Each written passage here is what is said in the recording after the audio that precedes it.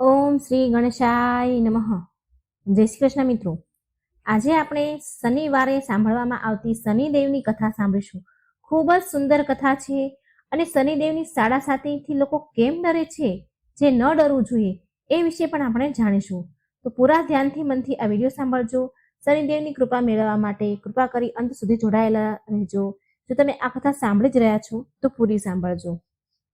ભક્ત મિત્રો, ચાલો સાંભળીએ શનિદેવની કથા. પુરાણો અનુસાર ભગવાન શનિદેવનું બીજું નામ કૃષ્ણ પણ છે, જે સ્વયં ભગવાન શ્રી કૃષ્ણએ શનિદેવથી પ્રસન્ન થઈને, તેની તપસ્યાથી પ્રસન્ન થઈને તેમનું નામ કૃષ્ણ રાખ્યું હતું. પ્રિય ભક્તો, શ્રી કૃષ્ણ ભગવાનને પૂજવાથી તથા કીર્તન ભજન સાંભળવાથી પણ ભક્તો પર શનિદેવની કૃપા હંમેશા રહે છે. શનિવારના દિવસે કોઈ પણ ભક્તગણ આ કથા સાંભળે છે તો એના પર શનિદેવ સહિત શ્રી કૃષ્ણ ભગવાન તથા હનુમાનજીની પણ કૃપા રહે છે. તેમની બધી જ મનોકામના પૂરી થાય છે. પરિવારમાં સુખ શાંતિ આવી રહે છે, શાંતિ બની રહે છે. તેને સાડાસાતીની પીડા નથી સતાવતી. જો તમે ભક્તો આ કથા સાંભળી રહ્યા છો તો પૂરી સાંભળજો. કથાને અડધી છોડીને શ્રી કૃષ્ણ તથા શનિદેવનો અનાદર ન કરતા. જય શનિદેવ. ઓમ નમઃ શિવાય. મિત્રો, આપણે એ કથા સાંભળીશું કે ઓમ કૃષ્ણાય નમઃ મંત્રનો જાપ કરવા વાળા ભક્તનું શનિદેવ કલ્યાણ કેવું કરે છે, કેવી રીતે કલ્યાણ કર્યું. જે ભક્તગણ આજે દુર્લભ રહસ્યમય કથા સાંભળે છે એને મન ઈચ્છિત ફળની પ્રાપ્તિ થાય છે, એની હરેક મનોકામના પૂરી કરે છે ભગવાન. તેને શનિદેવની સાડાસાતીની દશા નથી સતાવતી. તો ભગવાન શનિદેવની કૃપા મેળવવા માટે તમે બધા આ કથાને બહુ શ્રદ્ધા અને ખુશ મનથી સાંભળજો. વિડીયો સારો લાગે તો મિત્રો લાઈક કરજો, શેર કરજો અને આ ચેનલને સબસ્ક્રાઇબ કરવાનું મિત્રો ભૂલશો નહીં. નર્મદા નદીના કિનારે એક ગામમાં બહુ મોટા શાહુકારનો પરિવાર રહેતો હતો. શાહુકારનું મૃત્યુ થઈ ચૂક્યું હતું. ઘરમાં શાહુકારની પત્ની અને તેના 2 દીકરા હતા અને મોટા દીકરાની વહુ હતી. શાહુકારનીનો નાનો દીકરો માનસિક રોગથી પીડાતો હતો. તેની માનસિક સ્થિતિ સારી ન હતી. શાહુકારની મોટી વહુ તારાને લગ્નના ઘણા વર્ષ વીતી ગયા, છતાં પણ હજી સુધી તેને સંતાન થયા ન હતા. આ કારણથી તારાના મનમાં હંમેશા એક ડર રહેતો હતો કે ક્યાંક તેનો પતિ સંતાન મેળવવા માટે બીજા લગ્ન ન કરી લે.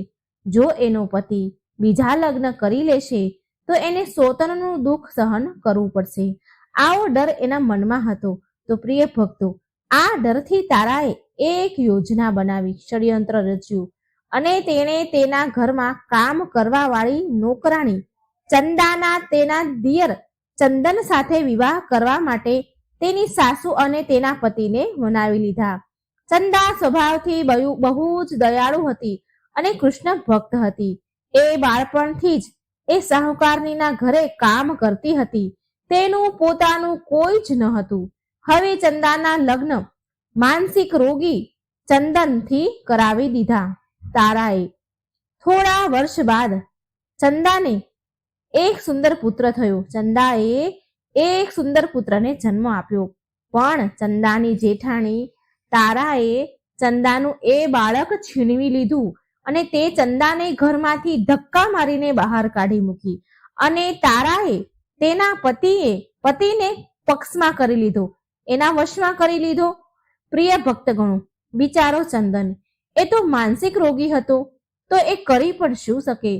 અને એ શાહુકારની પણ ઈચ્છવા એના મન હોવા છતાં પણ એ કંઈ કરી ન શકી. એની નાની વહુ સાથે ખોટું થતું હતું પણ એ કંઈ બોલી ન શકી, એ કંઈ કરી ન શકી. આ તો મિત્રો તારાની ચાલ હતી. તેણે તો ક્યારેય ચંદાને પોતાની દેરાણી માની જ ન હતી. એ તો માત્ર ચંદા પાસેથી એનું બાળક લેવા માંગતી હતી, જેથી એ પાળી પોષી મોટો કરે અને તેનું એ નામ આપી શકે. આ કારણથી એને આવી ચાલ રમી. હવે જુઓ, ચંદાના વારંવાર રડવાથી કરગરવા છતાં પણ તારા માની નહીં અને તેને તો ગામમાંથી જ બહાર કાઢી મૂકી. હવે ચંદા ગામ ભટકવા લાગી. એનું કોઈ હતું નહીં, ક્યાં જાય. ગામો ગામ ભટકવા લાગી. ભટકતા ભટકતા એ ભગવાન કૃષ્ણના એક જૂના મંદિરમાં પહોંચી ગઈ. ત્યાં તેણે ભગવાન પાસે ન્યાયનો પોકાર કર્યો, ન્યાય માંગ્યો અને એ તેનું માથું ભગવાનની ચોખટ પર પછાડવા લાગી તથા લગાતાર ઓમ કૃષ્ણાય નમઃ મંત્રનો જાપ પણ કરતી રહી. પ્રિય ભક્તો, એ સ્ત્રીની કરુણ પુકાર ન્યાયના દેવતા શનિદેવે સાંભળી તથા ભગવાન શ્રી કૃષ્ણના આદેશથી તરત જ ચંદા પાસે શનિદેવ ઉપસ્થિત થઈ ગયા. સાધારણ મનુષ્યનું રૂપ ધારણ કરીને ચંદા પાસે આવ્યા. ચંદાને તેની જાતને પીડા ન પહોંચાડવા માટે શનિદેવે કહ્યું અને કહ્યું કે હે બહેન, તું ભગવાન શ્રી કૃષ્ણ ઉપર વિશ્વાસ રાખ અને ઓમ કૃષ્ણાય નમઃ મંત્રનો જાપ કરતી રહે. તારું જરૂર કલ્યાણ થશે બહેન. તારું જે પણ દુઃખ છે એ બધું જ દુઃખ ભગવાન શ્રી કૃષ્ણ હરી લેશે અને શનિદેવની કૃપાથી તારું મંગળ થશે. આ સાંભળી ચંદાને ધીરજ ધારણ થઈ ભગવાન શ્રી કૃષ્ણની આરાધનામાં એ લાગી ગઈ. શનિદેવનું ધ્યાન કરતા ચંદા ઓમ કૃષ્ણાય નમઃ મંત્રનો જાપ કરવા લાગી. હવે શનિદેવ એક સાધુનો વેશ ધારણ કરીને સાહુકારનીના ઘરે પહોંચ્યા અને અલખ નિરંજનનો અલખ જગાવ્યો.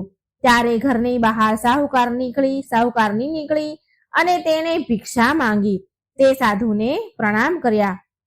સાહુકારનીએ ભિક્ષા આપી અને સાધુ મહારાજને પ્રણામ કર્યા.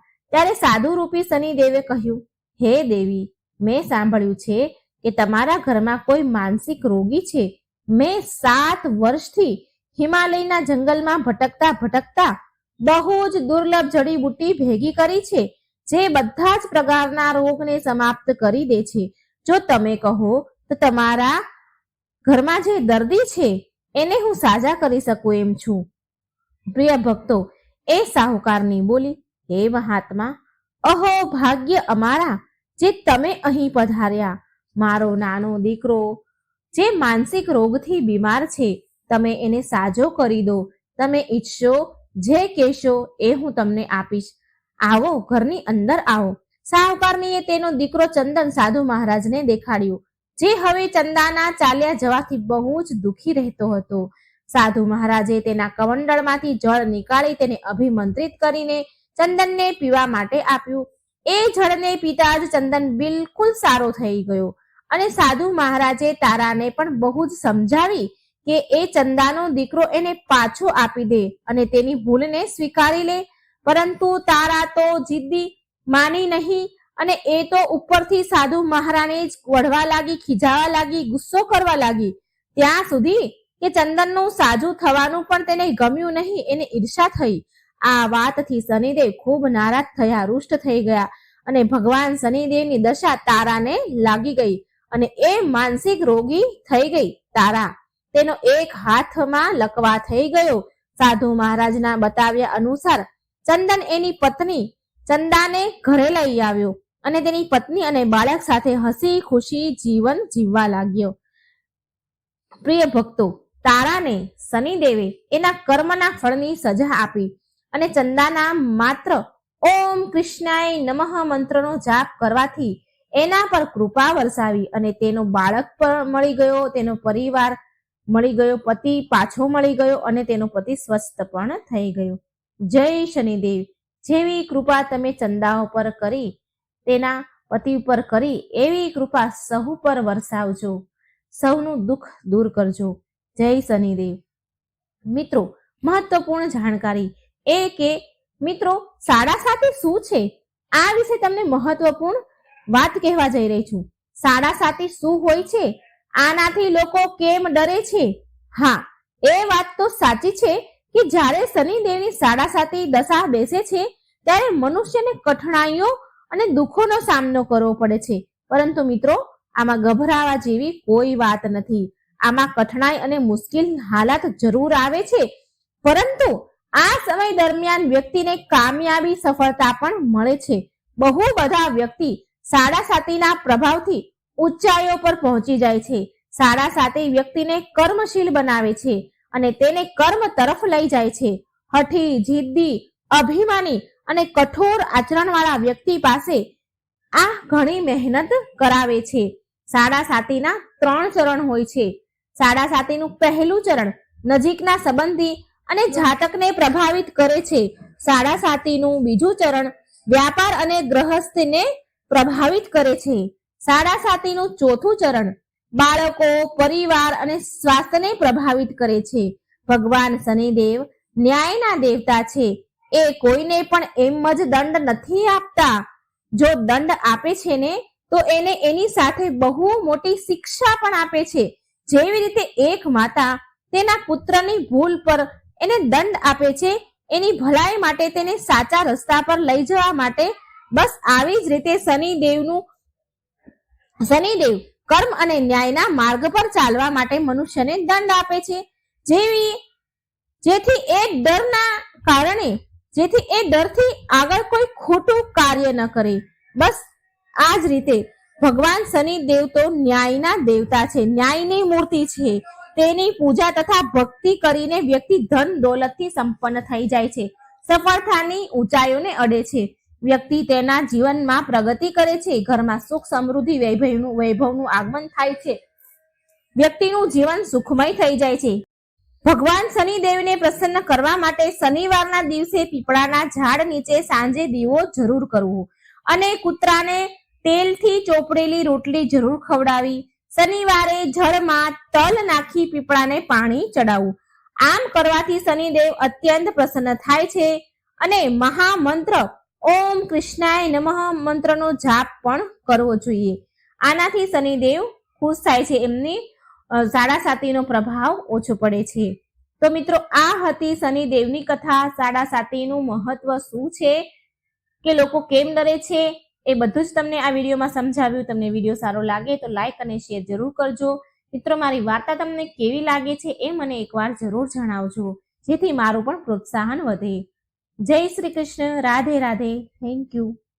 હનુમાનજીની કથા અને શનિદેવની કથા. બોલો બજરંગબલીની જય. બજરંગબલીની જય. હનુમાનજીની જય. એક ડોસીમાની આ વાર્તા છે. એક ડોસીમાં રોજ હનુમાનજીના મંદિરે જતા હતા.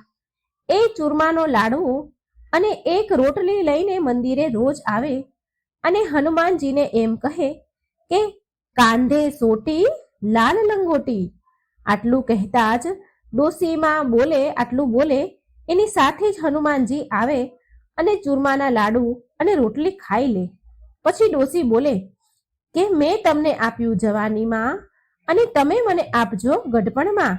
પૂજા કર્યા બાદ તે ડોસીમાં પાછા ઘરે આવી જતા. એક દિવસ તેની વહુ બોલી, સાસુમાં, તમે રોજ લાડવો અને રોટલી લઈને ક્યાં જાઓ છો?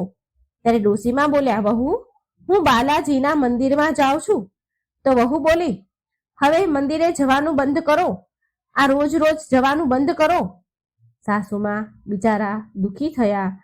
એમણે કઈ જવાબ આપ્યો નહીં અને પછી તો સાસુમાં એણે કઈ ન ખાધું ન પીધું અને જઈને સૂઈ ગયા. સૂતા સૂતા એ ડોસીમાને 5 દિવસ થઈ ગયા.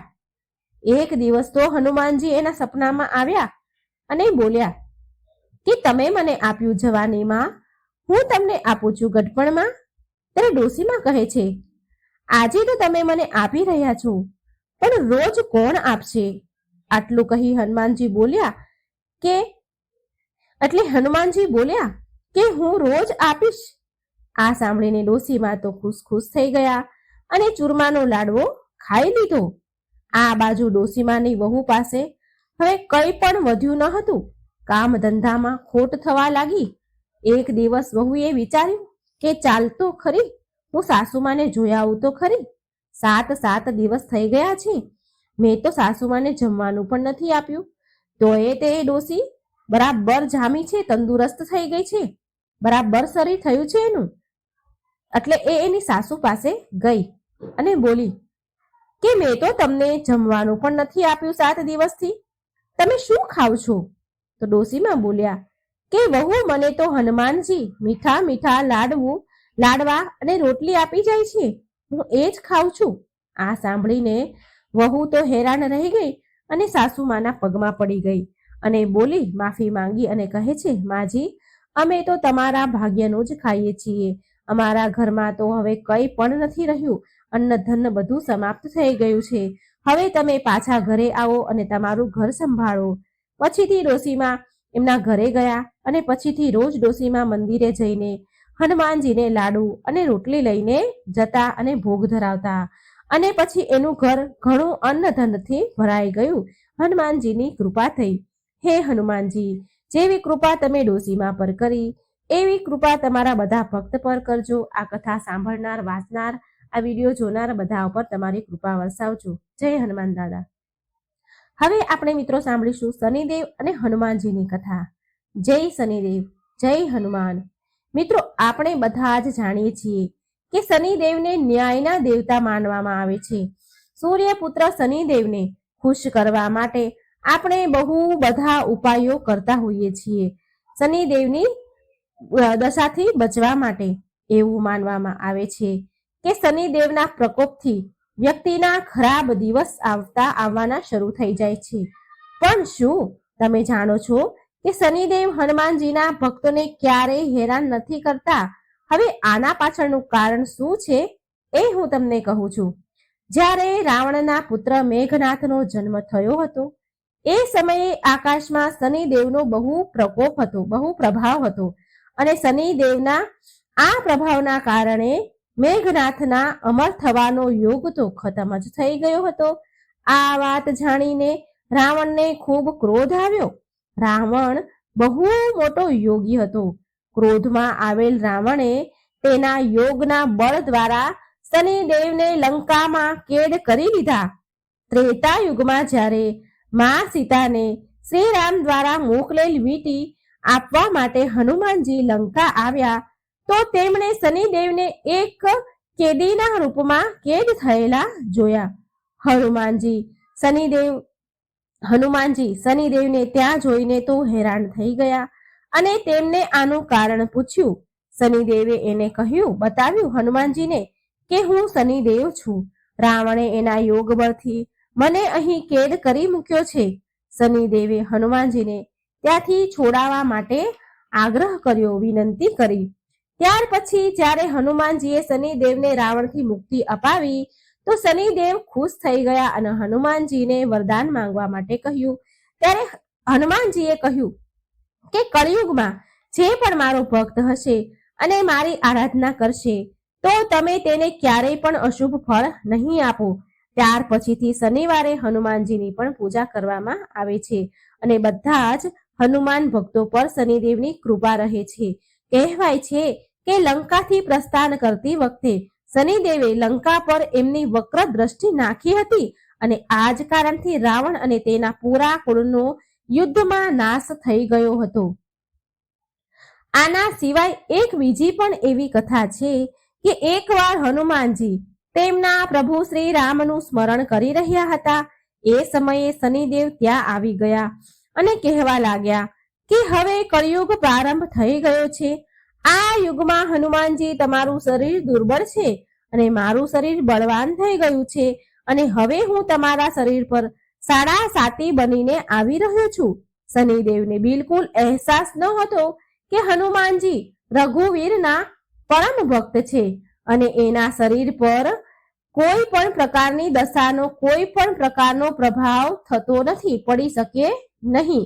હનુમાનજીએ શનિદેવને કહ્યું કે તમે મને મારા પ્રભુ શ્રીરામનું સ્મરણ કરવા દો. મારા શરીર અને મારી આત્મા પર મારા પ્રભુ શ્રીરામ સિવાય બીજું કોઈ ન આવી શકે. મારા શરીર અને મારી આત્મા પર પ્રભુ શ્રીરામનો જ વાસ છે. પણ શનિદેવ તો માન્યા નહીં. તેમણે કહ્યું કે પૂરી સૃષ્ટિ પર મારી દ્રષ્ટિ છે અને તમે આનાથી ન બચી શકો, તમે આનાથી દૂર ન રહી શકો. જ્યારે શનિદેવ માન્યા નહીં તો હનુમાનજી બોલ્યા કે તમે મારા શરીરમાં ક્યાં બેસવા માંગો છો શનિદેવ? તો શનિદેવે બહુ ગર્વ સાથે કહ્યું કે હું પહેલા 2.5 વર્ષ મસ્તક પર બેસીને બુદ્ધિને વિચલિત કરું છું. બીજા 2.5 વર્ષ હૃદયમાં બેસીને હું મનુષ્યને અભદ્ર, દુષ્ટ બનાવી દઉં છું અને છેલ્લા 2.5 વર્ષ હું પગમાં બેસીને તેને ભટકાવું છું. અને શનિદેવના માન્યા નહીં અને હનુમાનજીના મસ્તક પર આવીને બેસી ગયા. તો હનુમાનજીએ એમના માથા ઉપર એક પર્વત મૂકી દીધો. આ જોઈ શનિદેવ ગભરાઈ ગયા અને તેમણે કહ્યું, હનુમાનજી, તમે આ શું કરી રહ્યા છો? હનુમાનજીએ જવાબ આપ્યો કે હું મારી ખંજવાળ મટાડી રહ્યો છું, મને ખંજવાળ આવી રહી છે. આમ કહીને હનુમાનજીએ એક બીજો પર્વત એના માથા ઉપર મૂક્યો. તો શનિદેવ બોલ્યા, હનુમાનજી તમે આને ઉતારો, હું તમારી વાત માનવા તૈયાર છું. તો ફરી હનુમાનજીએ એક ત્રીજો પથ્થર તેમના માથા ઉપર મૂકી દીધો. હવે શનિદેવ ગભરાઈ ગયા અને બોલ્યા કે હું ક્યારે તમારી આસપાસ પણ નહીં આવું. તો ફરી પાછા હનુમાનજીએ એક ચોથો પર્વત તેમના માથા ઉપર મૂક્યો. હવે શનિદેવને કઈ સમજાતું ન હતું. શનિદેવ હનુમાનજીને કહેવા લાગ્યા કે હું ન ક્યારેય તમને હેરાન કરીશ અને ન તમારા ભક્તોને હેરાન કરીશ. મિત્રો, આ જ કારણ છે કે હનુમાનજીના ભક્તોને શનિદેવ ક્યારેય હેરાન નથી કરતા. મિત્રો, જો તમે પણ હનુમાનજીની આરાધના કરો છો તો તમારે પણ શનિદેવથી ભયભીત થવાની જરૂર નથી. શનિદેવ એમની કૃપા તમારા પર હંમેશા રાખશે. જય શનિદેવ. શનિદેવની એક અન્ય કથા. એક ગામમાં એક બ્રાહ્મણ તેના પરિવાર સાથે રહેતો હતો. એકવાર જ્યારે તે સૂઈને ઉઠ્યો તો એ બહુ ચિંતામાં હતો. તે તેના પત્નીને પૂછે છે, એટલે તેની પત્નીએ એને પૂછ્યું, જ્યારે બ્રાહ્મણ ઉઠ્યા તો ચિંતામાં હતા તો એની પત્નીએ પૂછ્યું કે તમે સવારમાં કઈ ચિંતામાં ડૂબ્યા છો? શું ચિંતા છે? તો બ્રાહ્મણ બોલ્યા કે આજકાલ મને સપનામાં રોજ એક વ્યક્તિ નીલા એટલે કે વાદળી કપડાં પહેરેલા દેખાય છે અને કહે છે કે હું તને લાગીશ. આ સાંભળી તેની પત્ની બોલી, અરે આ તો શનિદેવ છે અને તમારા ઉપર શનિની દશા લાગવાની છે. હવે જ્યારે એ તમારા સપનામાં આવે ને તો તમે એમ કહેજો કે લાગી જાઓ, પણ સવા પહોરથી વધારે હા ન ભરતા, હા ન કહેતા. બીજા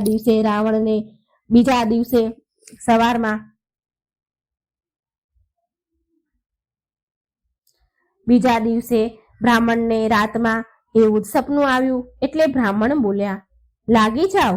તો શનિદેવ બોલ્યા, બ્રાહ્મણ હું 7.5 વર્ષ સુધી લાગીશ. બ્રાહ્મણ બોલ્યા, નહીં મહારાજ, આ તો મારાથી સહન નહીં થાય. તો શનિદેવ બોલ્યા, ઠીક છે તો 5.5 વર્ષ માટે લાગીશ. તો બ્રાહ્મણ દેવ બોલ્યા, નહીં મહારાજ, નહીં, હું આ સહન નહીં કરી શકું. તો શનિદેવ ફરી બોલ્યા કે તો 2.5 વર્ષ લાગીશ. એટલે બ્રાહ્મણ બોલ્યા, મહારાજ આ પણ મારાથી સહન નહીં થાય.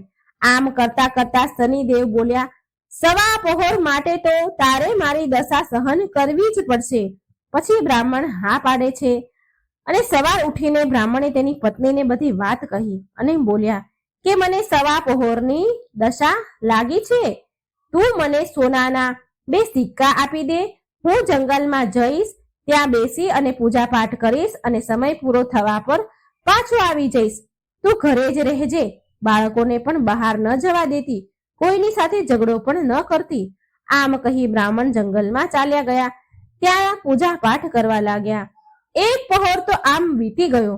બ્રાહ્મણે વિચાર્યું કે એક પહોર તો વીતી ગયો, હવે થોડી જ વારમાં આ બીજો જે સમય બાકી છે એ રસ્તામાં જ કપાઈ જશે. આમ વિચારીને એ બ્રાહ્મણ ઘર તરફ આગળ વધ્યા. પરંતુ શનિની દશાથી કોણ બચી શક્યું છે? શનિદેવે રસ્તામાં તરબૂચનું ખેતર મૂકી દીધું. બ્રાહ્મણ વિચારે છે કે બાળકો માટે તરબૂચ લઈ જાઉં. બ્રાહ્મણે તરબૂચના જે ખેતરના માલિક હતા એને અવાજ આપ્યો, બોલાવ્યા, પણ એ માળી આવ્યો નહીં. તો બ્રાહ્મણે એક સોનાનો સિક્કો ત્યાં મૂકી દીધો અને 2 તરબૂચ તોડી લીધા અને તેના થેલામાં મૂકીને આગળ વધ્યા. શનિદેવ રાજાના સૈનિકોના વેશમાં આવ્યા. રાજાના સૈનિકોનો વેશ ધર્યો અને આવ્યા અને બોલ્યા, બ્રાહ્મણ આ તારા થેલામાં શું છે? બ્રાહ્મણ બોલ્યા કે તરબૂચ છે, તરબૂચ તોડીને લાવ્યો છું મારા છોકરાઓ માટે. સૈનિક બોલ્યા, ખોલીને બતાવો. જેવા બ્રાહ્મણ થેલો ખોલે છે કે તરબૂચની જગ્યાએ રાજાના છોકરાના માથા દેખાયા. એ સૈનિકો બ્રાહ્મણને પકડીને રાજા પાસે લઈ ગયા અને કહ્યું કે આ બ્રાહ્મણે તમારા બંને પુત્રને મારી નાખ્યા છે. આ થેલામાં એમના માથા છે. રાજાના તો હોશ ઉડી ગયા. રાજા બોલ્યા, આ બ્રાહ્મણને ફાંસી પર લટકાવી દો. બ્રાહ્મણને ફાંસી દેવાની તૈયારી થવા લાગી. તો બ્રાહ્મણ બોલ્યા કે મારે પૂજા પાઠ મને કરી લેવા દો, પછી તમે મને ફાંસીએ ચડાવી દેજો. આ મારી છેલ્લી અંતિમ ઈચ્છા છે. રાજા બોલ્યા, ઠીક છે, એમને પૂજા કરવા દો. હવે બ્રાહ્મણની દશાનો જે થોડો સમય બાકી હતો, વધ્યો હતો, એ પૂજા પાઠમાં પૂરો થઈ ગયો. એટલામાં રાજાના બંને છોકરા શિકાર રમવા ગયા હતા, તો એ રમીને પાછા આવી ગયા અને એને જોઈને રાજા તો હેરાન થઈ ગયા. એમણે વિચાર્યું કે આ શું, મારા છોકરા તો જીવતા છે. રાજાએ બ્રાહ્મણની ફાંસી રોકી દીધી અને બોલ્યા કે બ્રાહ્મણ, તમે આ શું જાદુ ટોના કર્યું છે? બ્રાહ્મણ બોલ્યા, મહારાજ, મેં કોઈ જાદુ નથી કર્યું. આ તો મારા ઉપર શનિની દશા લાગી હતી અને આ જ કારણથી, આ જ પરિણામથી આવું બધું મારી સાથે બન્યું. આ બધું એનું જ પરિણામ છે. રાજાએ પૂછ્યું કે દશા લાગે તો શું ઉપાય કરવો જોઈએ? બ્રાહ્મણ બોલ્યા કે જો રાજાને શનિની દશા લાગે તો કાળા હાથીનું દાન આપવું જોઈએ. કોઈ શેઠને કે કોઈ સાહુકારને દશા લાગે તો કાળા ઘોડાનું દાન કરવું જોઈએ. સાધારણ ગ્રહસ્થ મનુષ્યને દશા લાગે તો એમને કાળા કૂતરાને તેલથી ચોપડેલી રોટલી આપવી જોઈએ. પીપળાના ઝાડને પાણી રેડવું જોઈએ અને કથા વાર્તા કરવી જોઈએ. પછી રાજાએ બ્રાહ્મણને છોડી દીધા. બ્રાહ્મણ ઘરે પહોંચ્યા તો એની પત્નીએ પૂછ્યું કે થેલામાં શું છે? તો બ્રાહ્મણ બોલ્યા કે તરબૂચ લાવ્યો છું બાળકો માટે. પત્નીએ થેલો ખોલીને જોયું તો તરબૂચની જગ્યાએ ધન ભર્યું હતું. પત્નીએ પૂછ્યું કે આટલું બધું ધન ક્યાંથી લાવ્યા? તમને તો શનિની દશા લાગી હતી ને? બ્રાહ્મણ બોલ્યા, જ્યારે દશા લાગી હતી તો તરબૂચની જગ્યાએ રાજાના દીકરાના માથા થઈ ગયા હતા અને ફાંસી પર ચડવાની તૈયારી થઈ હતી. અને જ્યારે દશા ઉતરી તો તરબૂચની જગ્યાએ ધન થઈ ગયું છે. તરબૂચ ધનમાં ફરી ગયા છે. હે શનિ મહારાજ, જેવી દશા બ્રાહ્મણની દશા લાગી હતી ત્યારે થઈ હતી, એવી દશા કોઈના ઉપર ન કરતા અને જેવી દશા બ્રાહ્મણની દશા ઉતરી ત્યારે થઈ હતી, એવી કૃપા બધા ઉપર કરજો. બોલો શનિ મહારાજની જય. ભગવાન શિવ પણ શનિની વક્ર દ્રષ્ટિથી નતા બચી શક્યા. ભગવાન શિવ પર પણ પડી હતી શનિદેવની વક્ર દ્રષ્ટિ. સરસ મજાની કથા છે મિત્રો, સાંભળો. આ કથા ભગવાન ભોળાનાથની અને શનિદેવની છે. એક સરસ કથા લઈને હું આવી છું મિત્રો. શનિદેવને ન્યાયના દેવતા કહેવાય છે. પોતાના જીવન કાળમાં દરેક વ્યક્તિને શનિદેવની વક્ર દ્રષ્ટિનો સામનો કરવો જ પડે છે. નવગ્રહોમાં શનિદેવ સૌથી ધીરે ચાલવા વાળા ગ્રહ છે અને આ બધા રાશિઓનું ભ્રમણ કરવા માટે 30 વર્ષનો સમય લગાડે છે શનિદેવ. મનુષ્ય, દેવતા, દાનવ, ઋષિ મુનિ બધાને જ આમની વક્ર દ્રષ્ટિનો સામનો કરવો પડે છે. ત્યાં સુધી કે એકવાર ભગવાન શિવને પણ શનિદેવની વક્ર દ્રષ્ટિનો સામનો કરવો પડ્યો હતો. એક કથા અનુસાર શનિદેવ ભગવાન શંકરના ઘરે કૈલાસ પર્વત પર પહોંચ્યા અને શનિદેવે ભોળાનાથને પ્રણામ કર્યા. ભોળાનાથ બોલ્યા, બોલો શનિદેવ, કેવી રીતે અહીં આવવાનું થયું? તો શનિદેવ બોલ્યા, સમયના ચક્ર અનુસાર કાલે મારી વક્ર દ્રષ્ટિ તમારા ઉપર પડવાની છે, એટલે કે કાલે હું તમારી રાશિમાં ભ્રમણ કરીશ. શનિદેવની વાત સાંભળીને ભોળાનાથ હેરાન થયા અને પૂછ્યું કે શનિ, તમે ક્યાં સુધી મારી રાશિ પર રહેશો? ત્યારે શનિદેવ બોલ્યા, પ્રભુ, સવા પહોર સુધી તમારી દ્રષ્ટિ તમારા પર મારી દ્રષ્ટિ રહે. સવા પહોર સુધી મારી દ્રષ્ટિ તમારા ઉપર રહેશે. આમ કહી શનિદેવ ભોળાનાથને પ્રણામ કરી અને ચાલ્યા ગયા. હવે મહાદેવ મૂંઝાયા. વિચાર કરવા લાગ્યા કે મારે શનિની વક્ર દ્રષ્ટિથી બચવું પડશે. જો મારા ઉપર શનિની વક્ર દ્રષ્ટિ પડશે તો દેવો શું વિચારશે? મહાદેવ એક યોજના બનાવે છે કે કાલે સવારે હું શનિના આવતા પહેલા જ કૈલાસ છોડીને મૃત્યુલોક પર ચાલ્યો જઈશ અને કંઈક એવું કરીશ કે શનિની વક્ર દ્રષ્ટિથી હું બચી જઈશ. બીજા જ દિવસે ભગવાન ભોળાનાથ મૃત્યુલોકમાં ધરતી પર પહોંચ્યા અને એક હાથીનું રૂપ ધારણ કરી લીધું. હાથીના રૂપમાં મહાદેવને આખો દિવસ રહેવું પડ્યું. આમ તેમ ભટકતા એમણે જ્યારે એક નગરમાં પ્રવેશ કર્યો તો લોકો ડરવા લાગ્યા, ગભરાવા લાગ્યા અને હાથીને ભગાડવા લાગ્યા. હાથીના રૂપમાં જ એમને જળ અને અન્ન વધુ ભોજન ગ્રહણ કરવું પડ્યું. દિવસ ઢળ્યો. મહાદેવ વિચારે છે કે ચાલો આજે તો દિવસ પૂરો થઈ ગયો, વીતી ગયો. હું શનિની વક્ર દ્રષ્ટિથી બચી ગયો છું. હવે તો કૈલાસ પર પાછો ચાલ્યો છું.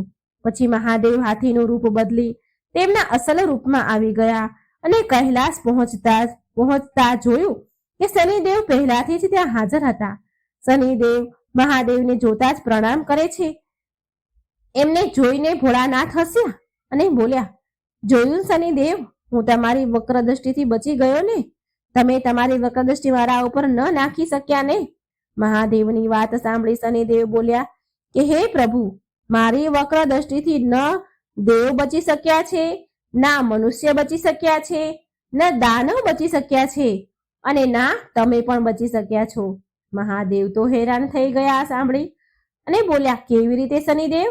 તો શનિદેવ બોલ્યા, પ્રભુ, આ મારી વક્ર દ્રષ્ટિનો જ પ્રભાવ હતો કે તમે તમારું વાસ્તવિક સ્વરૂપ ત્યાગીને હાથીની યોનિમાં તમે ગયા.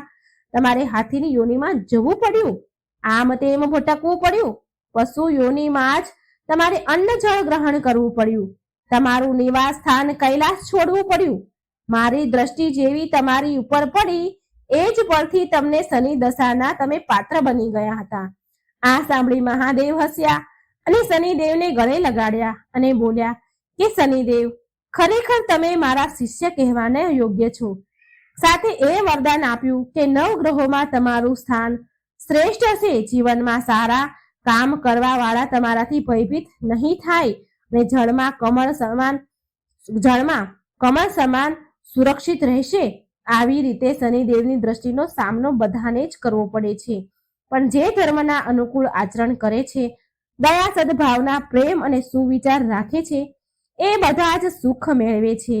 જે વ્યક્તિ શનિવારે પીપળાના ઝાડને પાણી અર્પણ કરે છે, કાળી વસ્તુનું દાન કરે છે, ગાયત્રી મંત્રના જાપ કરે છે, પશુ પક્ષીઓને અન્ન અને જળ આપે છે, કીડિયારું પૂરે છે, લોટ નાખે છે અને શનિ ચાલીસા વાંચે છે અને શનિદેવની કથા સાંભળે છે, એના ઉપર શનિદેવની કૃપા સદાય માટે બની રહે છે. બોલો જય શનિદેવ, જય હનુમાનજી. આજે આપણે શનિદેવ અને માતા લક્ષ્મીની વાર્તા સાંભળીશું. ખૂબ જ સરસ મજાની વાર્તા છે મિત્રો, અંત સુધી સાંભળજો. વિડીયો સારો લાગે તો લાઈક અને શેર જરૂર કરજો. શનિદેવે બતાવ્યું કે કયા લોકોને હું કંગાળ કરું છું અને કયા લોકોને હું ધનવાન બનાવું છું. આજની આ વાર્તા ખૂબ જ સમજવા જેવી જ્ઞાનવર્ધક વાર્તા છે. મિત્રો, આ વિડીયોને પૂરો સાંભળજો, વિનંતી છે તમને. કહેવાય છે કે સ્વર્ગલોકમાં એકવાર મા લક્ષ્મી અને શનિદેવમાં બહેસ થઈ, દલીલ થવા લાગી.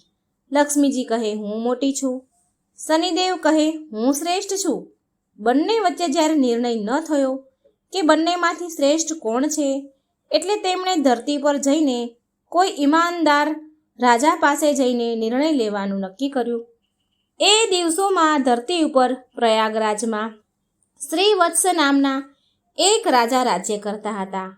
એ તેમના ન્યાય માટે બહુ પ્રસિદ્ધ હતા.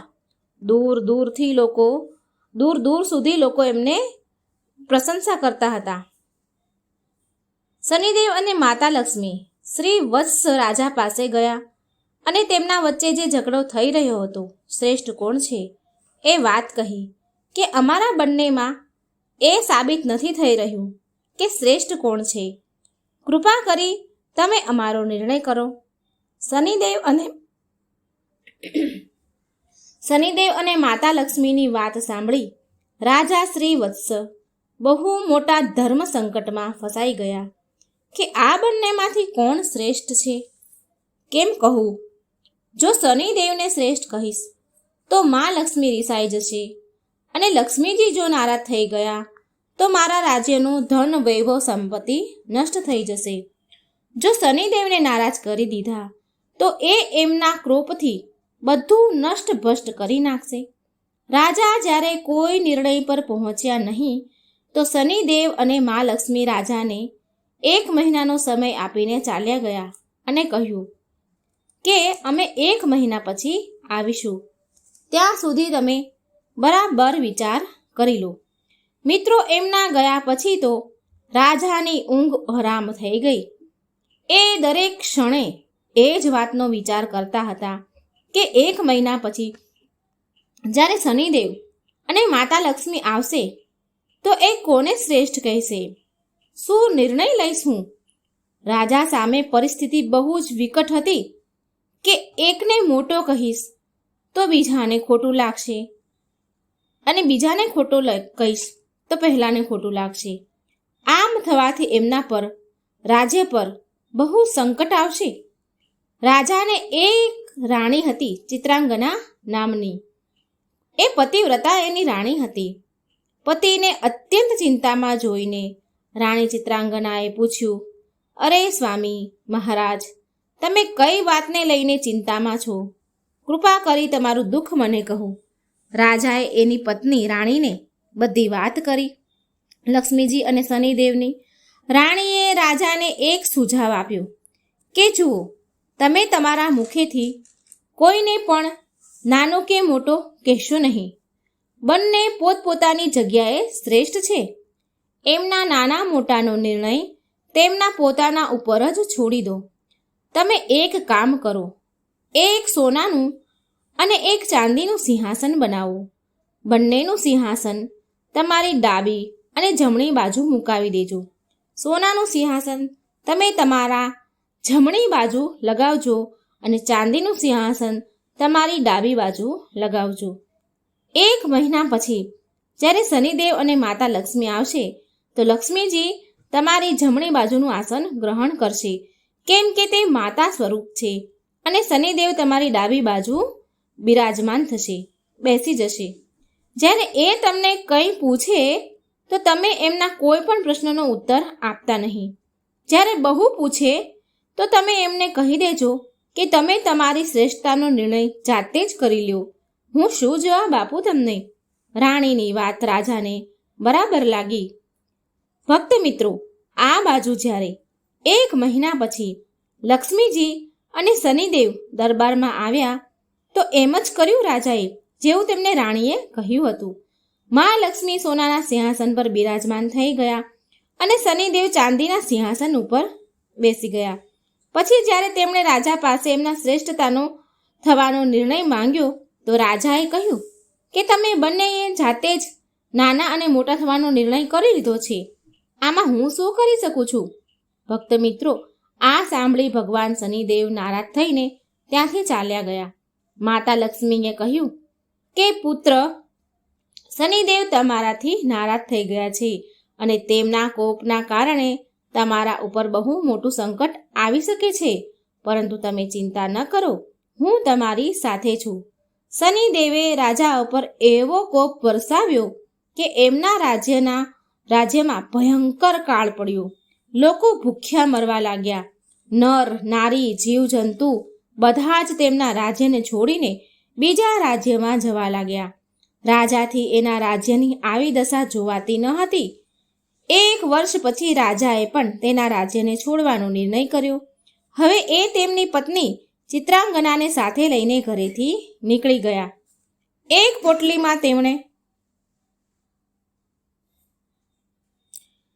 પોટલીમાં તેમણે હીરા મોતી ઘરેણાં બધા ભરી લીધા. વિચાર્યું કે જ્યાં પણ રહીશું ત્યાં તકલીફ આવશે તો આ કામ લાગશે. આને વેચીને આપણું ગુજરાન ચલાવીશું.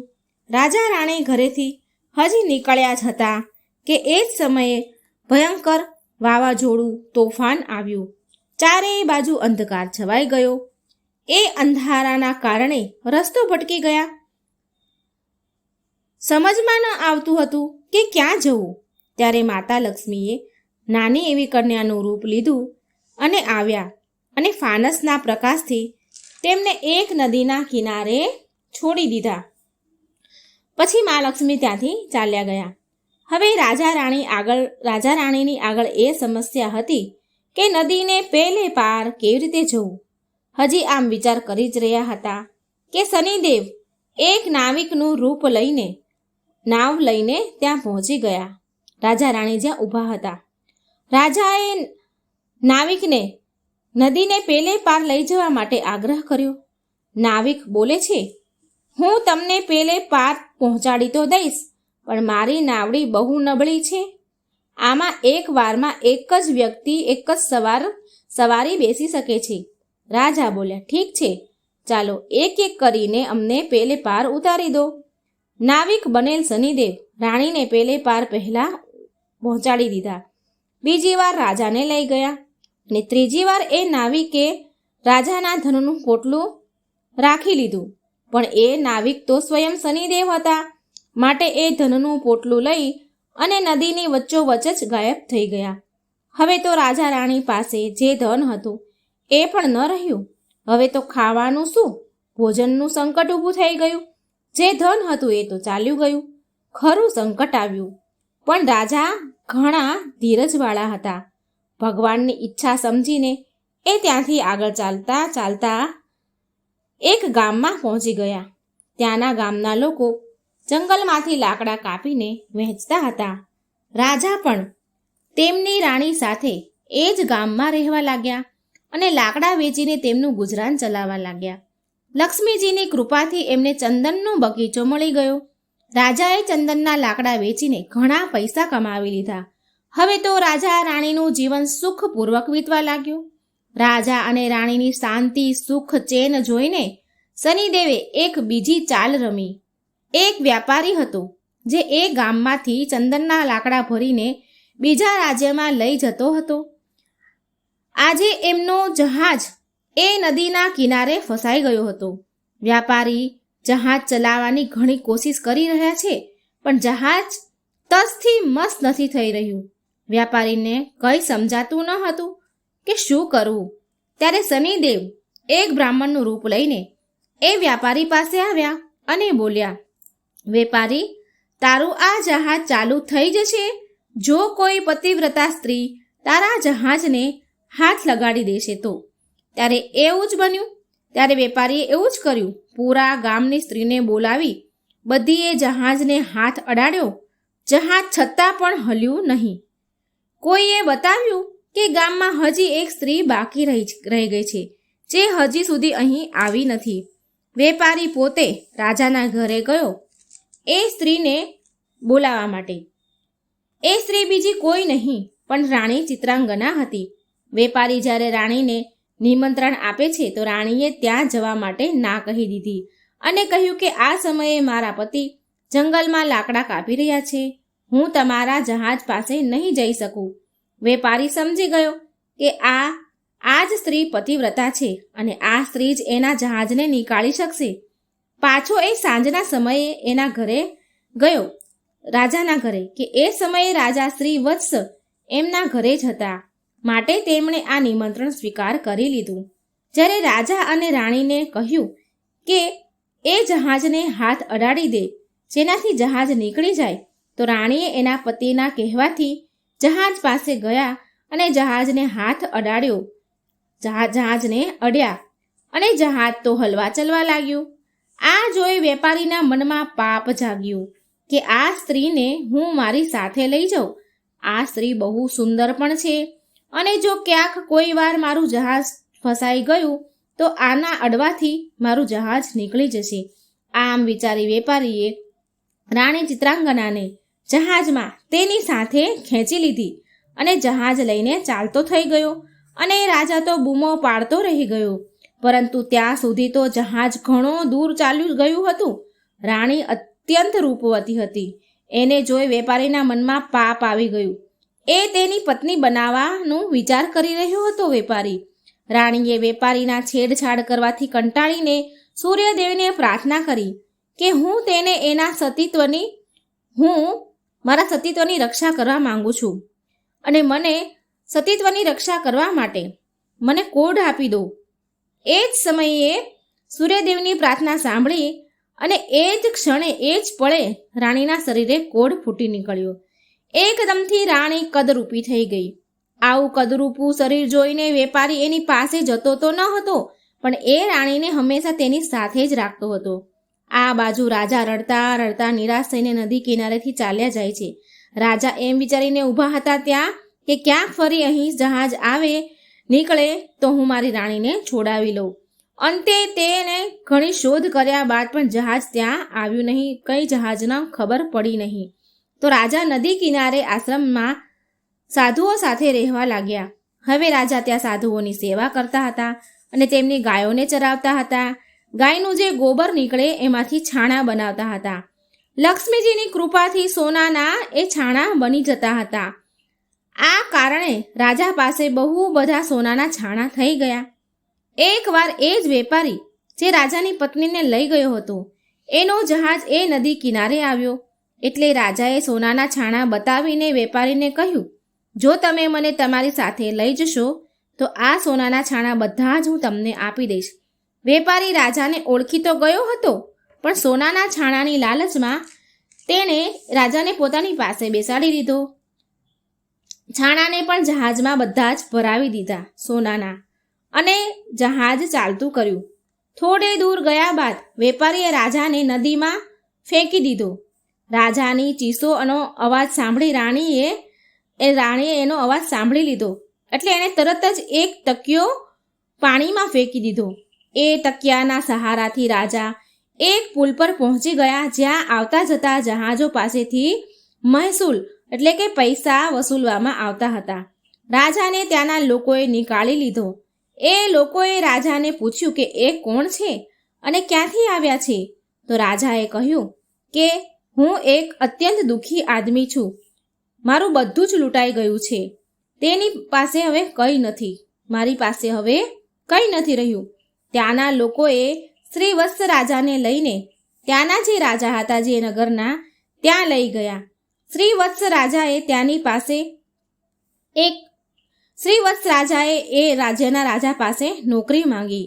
રાજાએ શ્રીવત્સને તેના બગીચાના માળીનું કામ સોંપ્યું. હવે જ્યાં રાજાના બગીચામાં કામ કરવા શ્રીવત્સ આવ્યા હતા એ રાજાને એક સુંદર પુત્રી હતી. એના માટે નિત્ય ફૂલોનો સુંદર ગજરો એક માલણ લાવતી હતી.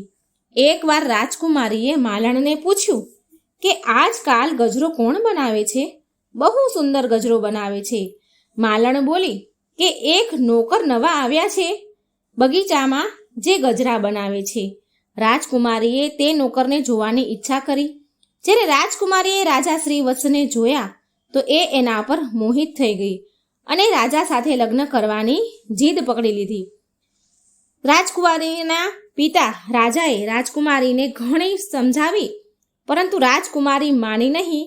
તો એના પિતાએ લાચાર થઈને તેની પુત્રીના વિવાહ તે નોકર એટલે કે રાજા શ્રીવત્સ સાથે કરાવી દીધા અને એક જંગલમાં તેને મકાન આપી દીધું રહેવા માટે. ધીરે ધીરે સમય વીત્યો. થોડા દિવસ વીત્યા તો રાજા શ્રીવત્સે રાજકુમારીને કહ્યું કે આમ બેકાર કામ વગર બેસીને રહેવું મને ગમતું નથી. મારું મન લાગતું નથી. તમારા પિતાને કહો કે મને જહાજનું મહેસૂલ લેવાનો ઠેકો આપી દે. રાજકુમારી એના પિતા સામે એ પ્રસ્તાવ મૂક્યો. રાજા માની ગયા હતા. હવે શ્રીવત્સ ત્યાં આવનારા જહાજો પાસેથી મહેસૂલાત લેતા હતા. આ પ્રકારે જ્યારે 7 વર્ષ વીતી ગયા તો શનિદેવનો પ્રભાવ પૂરો થવા આવ્યો. તો એક દિવસ વેપારીનું જહાજ ત્યાંથી નીકળતો હતો. શ્રીવત્સ એ જહાજને રોકી લે છે, આગળ જવા ન દીધો. એટલે વેપારી ઘણો ક્રોધે ભરાયો. એ તરત જ શિકાયત લઈને ત્યાંના રાજા જે નગરના રાજા હતા એની પાસે ગયા. રાજાએ જ્યારે શ્રીવત્સને પૂછ્યું કે આ વેપારીનું જહાજ તમે કેમ નથી જવા દેતા? તો શ્રીવત્સ રાજા કહે છે કે મહારાજ, આ વેપારી પાસે મારા સોનાના છાણા છે. આ મારા સોનાના છાણા નથી આપી રહ્યા. રાજા બોલ્યા કે તારી પાસે શું પ્રમાણ છે કે એની પાસે જે છાણા છે એ તારા છે? તો શ્રીવત્સે કહ્યું, મહારાજ, તમે આ વેપારીને દરબારમાં બધાની સામે બોલાવો અને એ છાણા પણ મંગાવો. એ છાણા એકબીજા સાથે જોડાયેલા છે. જો આ વેપારી તેને છૂટા પાડી દે તો એ બધા છાણા એના, અને જો એ છાણાને ઉખાડી નથી શકતા એકબીજાથી તો હું એ છાણાને ખોલીને બતાવીશ. હવે એ છાણાઓને દરબારમાં લાવવામાં આવ્યા. વેપારીને કહેવામાં આવ્યું કે જો આ છાણા તારા છે તો તું આને છૂટા પાડીને બતાવ. જો તું નહીં ખોલી શકે તો આ છાણા તારી પાસેથી લઈ લેવામાં આવશે. મિત્રો, તે વેપારીએ છાણાને સાંજ સુધી છૂટા પાડવાની કોશિશ કરી, પણ એનાથી એક પણ છાણું છૂટું પડ્યું નહીં. અંતમાં જ્યારે સાંજ પડી તો રાજાનો જમાઈ શ્રીવત્સ એનો વારો આવ્યો અને તેણે એક ક્ષણમાં જ, એક પળમાં જ છાણાને છૂટા પાડી દીધા. તો રાજાએ પૂછ્યું કે તું કોણ છે? તો શ્રીવત્સ રાજાએ બધી જ વાત કરી કે મહારાજ, આણે મારી પત્ની ચિત્રાંગનાને પણ લઈ લીધી છે. આ વેપારીએ છીનવી લીધી છે મારાથી. કૃપા કરી મને મારી રાણી પાછી અપાવી દો. દર્શક મિત્રો, રાજાએ વેપારીને કહીને તરત જ ચિત્રાંગનાની પાલખી મંગાવી અને વેપારીને પકડીને કડક સજા આપી. ચિત્રાંગનાએ સૂર્યદેવને પ્રાર્થના કરી કે મારા રૂપને ફરી પહેલા જેવું કરી દો. મિત્રો, ભગવાન સૂર્યદેવની કૃપાથી રાણી ફરી સુંદર થઈ ગઈ. રાજાએ આદર સાથે ઘણું બધું ધન આપીને વિદાય કરી. સાથે એની સાથે ચિત્રાંગનાને પોતાની દીકરી પણ માની લીધી. ધન દોલત આપીને રાજાને પ્રેમથી વિદાય કર્યા. રાજા ફરી એના રાજ્યમાં પાછા આવ્યા અને સિંહાસન ઉપર સવાર થઈ ગયા. એક દિવસ શનિદેવે પ્રગટ થઈને રાજા શ્રી વત્સને કહ્યું કે હે રાજન, મારી અને લક્ષ્મીજીની ચર્ચા તો એક બહાનું હતું. અમે તો તમારા સત્યની પરીક્ષા લઈ રહ્યા હતા. હવે હું તમને બતાવું છું કે કયા લોકોનો નાશ થાય છે, કયા લોકોનું હું નાશ કરું છું. તો નંબર 1 કે વિપત્તિમાં પણ જે તેનો ધર્મ અને સત્યનો ત્યાગ ન કરે એનો ક્યારેય નાશ નથી થતો, પણ દેવતા લોકો એની સહાયતા કરે છે. નંબર 2, ગરીબી આવવા છતાં પણ અન્યાયનો માર્ગ ન પકડવો, પાપનું ધન ન ખાય, તે દેવતાના સદા કૃપાને પાત્ર રહે છે. હું એનું ક્યારેય ખરાબ નથી કરતો અને લક્ષ્મીજીની કૃપા સદાય તેના પર બની રહે છે. નંબર 3, ધન સંપત્તિ પામી પણ જે અભિમાન ન કરે, વૃદ્ધ ગુરુજનોનું, દિનહીનોનું જે અપમાન ન કરે, તેનું ક્યારેય હું ખરાબ નથી કરતો, પણ તેની સહાયતા કરું છું. મારી કૃપાથી લોકો પળવારમાં ધનવાન બની જાય છે અને પળવારમાં કંગાળ બની જાય છે. જાઓ રાજા, મારું વરદાન છે કે તમારું રાજ્ય ફરી સંપન્ન થઈ જશે. ધન દોલતથી, ધન ધાન્યથી સંપન્ન થઈ જશે. દરિદ્રતા તારી પાસે ક્યારેય નહીં આવે. તારી પ્રજા ખુશહાલ થઈ જશે. રાજાને વરદાન આપીને શનિદેવ અને માતા લક્ષ્મી ત્યાંથી ચાલ્યા ગયા. તો મિત્રો, તમને સમજાઈ ગયું હશે કે શનિદેવની કૃપા કેવી રીતે થાય છે. મને આશા છે કે તમને આ વિડીયો જરૂર પસંદ આવ્યો હશે. શનિદેવની મૂર્તિની કથા. એકવાર એક નગરના રાજા હતા. તેણે રાજ્યમાં ઘોષણા કરાવી હતી કે દૂર દૂરથી જે કોઈ વેપારી બજારમાં માલ વેચવા આવે તો એનો માલ ન વેચાય તો રાજા એ વેપારીના માલને સ્વયં ખરીદી લેશે. આવી ઘોષણા કરાવી. આ ઘોષણા સાંભળી વેપારી ખુશ થઈ ગયા. જો કોઈ વેપારીનો માલ સાંજ સુધીમાં ન વેચાય તો રાજા તેને ઉચિત મૂલ્ય આપીને બધો જ સામાન ખરીદી લે.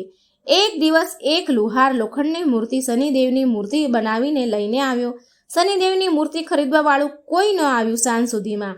તો સાંજના સમયે રાજાના કર્મચારી આવ્યા અને એ મૂર્તિની રાજાની પાસે લઈને ગયા. રાજાએ એ મૂર્તિને આદર સાથે મહેલમાં રાખી. શનિદેવના ઘરમાં આવવાથી બધા જ દેવી દેવતા રાજાથી નારાજ થઈ ગયા. રાતનો સમય હતો. રાતના અંધારામાં રાજાએ એક તેજસ્વી સ્ત્રીને તેના ઘરથી જતા જોઈ. રાજાએ એને પૂછ્યું, તમે કોણ છો દેવી? તો એ બોલ્યા કે હું લક્ષ્મી છું. એ સ્ત્રી બોલી કે હું લક્ષ્મી છું. તારા મહેલમાં શનિનો વાસ છે એટલે હું અહીંથી જઈ રહી છું. રાજાએ તેમને રોક્યા નહીં, કંઈ કહ્યું નહીં. થોડી વાર પછી રાજાએ એક દેવ પુરુષને ઘરેથી જતા જોયા. રાજાએ તેને પૂછ્યું કે તમે કોણ છો? તો એ દેવ પુરુષ બોલ્યા કે હું વૈભવ છું. હું સદાય લક્ષ્મી સાથે જ રહું છું. જ્યારે લક્ષ્મી જ અહીં નથી તો હું અહીં કેવી રીતે રહી શકું? રાજાએ એને પણ ન રોક્યા, એને પણ જવા દીધા અને ચાલ્યા ગયા. આવી રીતે ધર્મ, ધૈર્ય, ક્ષમા બધા એક એક કરીને ચાલ્યા ગયા. રાજાએ કોઈને પણ ન રોક્યા. અંતમાં જ્યારે સત્ય જવા લાગ્યા તો રાજાના પૂછવાથી સત્ય બોલ્યા કે જ્યાં લક્ષ્મી, વૈભવ, ધર્મ, ધૈર્ય અને ક્ષમાનો વાસ નથી તો હું અહીં કેવી રીતે રહીશ? હું શું કરીશ? ત્યારે રાજા સત્ય ભગવાનના પગમાં પડી ગયા કે મહારાજ, તમે કેવી રીતે જઈ શકો? તમારા જ કારણે, તમારા જ આશ્રય મેં લક્ષ્મી, વૈભવ અને ધૈર્ય, ધર્મ વગેરે બધાનો તિરસ્કાર કર્યો છે. હું તમને નહીં છોડું. રાજાનો આટલો આગ્રહ જોઈને સત્ય ત્યાં રોકાઈ ગયું. મહેલની બહાર બધા જ દેવી દેવતા સત્યની વાટ જોઈને ઊભા હતા. એમના ન આવતા જોઈને ધર્મ બોલ્યા કે હું સત્ય વિના નહીં રહી શકું. હું પાછો જઉં છું. ધર્મની પાછળ ક્ષમા, વૈભવ બધા જ પાછા આવી ગયા તથા રાજાને કહેવા લાગ્યા કે તારા સત્ય અને પ્રેમના કારણે જ અમારે અહીં રોકાવું પડ્યું છે. તારા જેવા રાજા દુઃખી ના રહી શકે. સત્યના કારણે લક્ષ્મીજી અને શનિદેવ એક સાથે રહેવા લાગ્યા. બોલો સત્યનારાયણ ભગવાનની જય. હે પ્રભુ, જે કૃપા તમે રાજા ઉપર કરી એવી જ કૃપા આ કથા સાંભળનાર, વાંચનાર, હુંકારો ભરનાર બધા ઉપર જ કરજો. બોલો શનિદેવની જય. મિત્રો, વિડીયો સારો લાગે તો લાઈક, શેર કરી ચેનલને સબસ્ક્રાઈબ જરૂર કરી દેજો. જય શ્રી કૃષ્ણ. રાધે રાધે. Thank you.